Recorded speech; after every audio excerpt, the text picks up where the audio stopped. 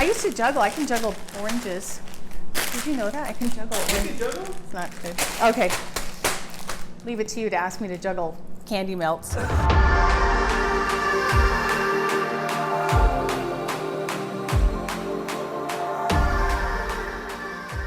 Hi, everybody, and welcome to NVLIFE at Home. Today, we're going to show you how to make cake pops. The first thing you'll need to do is start with some cake. You don't have to make it at home. You can buy it at the store. It doesn't have to be homemade. No frosting on it. And then you will want to get some frosting either in a container or you can make your own buttercream frosting at home. I like to do this. It's a little quick and easy. Take a scoop of the frosting, crumble up the cake, and put the frosting in there, and now you're going to hand blend it. So it's just like kneading dough, and you want to do that until it's completely blended and mixed, so there's no loose crumbs like this anymore. So once you've mixed all your frosting together with your cake, it should look something like this. It looks like dough, but it is fully cooked. There's no raw eggs in there or anything. So once you have it like this, I take a scooper, scoop flat the right size for a cake pop. And this is as many as you want to do. Scoop them. It does look like balls of ice cream, but it's not. And it's all cooked. People always think that cake pops are raw inside, but they're fully cooked. I also like to place them on a piece of wax paper. That way they don't stick. I'm assured it's always clean. Once you have the amount of cake balls on your wax paper, you're going to need to roll them into a nice round ball. So just pick it up and start rolling it into a ball. It takes a little finessing. You'll get used to it. Sometimes they turn out crazy, but they're pretty forgiving. That's what that looks like. Just like this. This is a lemon flavor I did earlier, and these are your chocolate ones. So just roll it in between your hands and set it down. Do that for as many cake pops as you think you'll want. As you can see, I have a variety of cake pop sticks. You can use just the simple white ones or get these cute little straws with different colors and different designs on them. I've even seen them with footballs on them. That is for my husband for Super Bowl Sunday if the Cowboys ever make it. So one of the most important things you need to do is dip your cake pop stick into the candy melt, the melted candy melt, and stick it into the cake pop. This will prevent down the line your cake pop falling off the stick when you go to dip it in the chocolate. So again, just use any color you want. I've got this cute little polka dot one now. Maybe I'm going to make it for Easter. Dip it into the chocolate and stick it down into the stick. I just kind of twist it a little bit, and there you have it. You'll do that for all of your cake pops.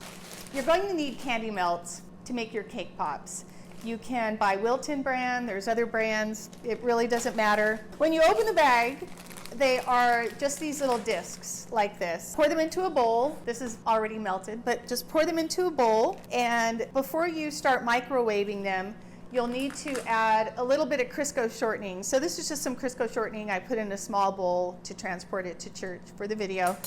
And I just take a chip, one of these chips, and just dip it in and put it into the bowl. You'll need to microwave this for at least a minute, maybe stop every 30 seconds and stir it, and another 30 seconds and stir it. You just don't want to overheat it because it can burn it up, and that's not good. So it needs to be a flowing consistency, your candy melts, and this is what it looks like when it's melted correctly. So this is a chocolate melt, obviously. It needs to be this melted consistency so you can dip your cake pop into it. And that's what we're going to do next. I'm going to take one of these lemon cake pops and dip it in the chocolate. When you dip it in, don't dip it straight down. It's going to pull the cake pop off the stick. When you pull it out, you'll have a surprise. There'll be nothing left there.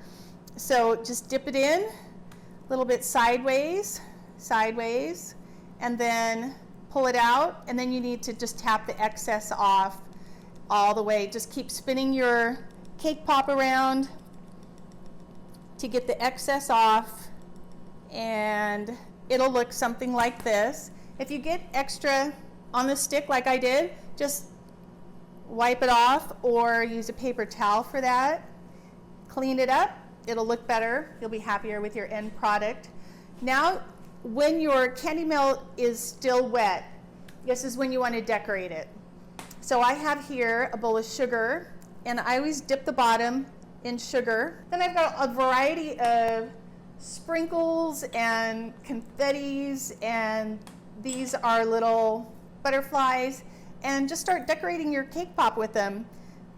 Maybe you want to do an Easter theme, or you're going to do them for a baby shower after you can be around people again. And once you've got it decorated the way you want it, let it air dry, room temperature, on a piece of wax paper. Like I said, that works best for me. I would avoid putting them in the refrigerator because it can make your candy melt crack. To get ready for Easter, I made these little bunny butts. This is a bunny bottoms. Oh my goodness, hold on, I Aren't gotta they get cute? out of those. Little bunny butts. Or little chicks. Yeah, Oh, look at that. I thought those were cute. Just some simple little spring. And these are all lemon inside. I did lemon, and I just put, like I said, just different colored sprinkles or balls or sugars.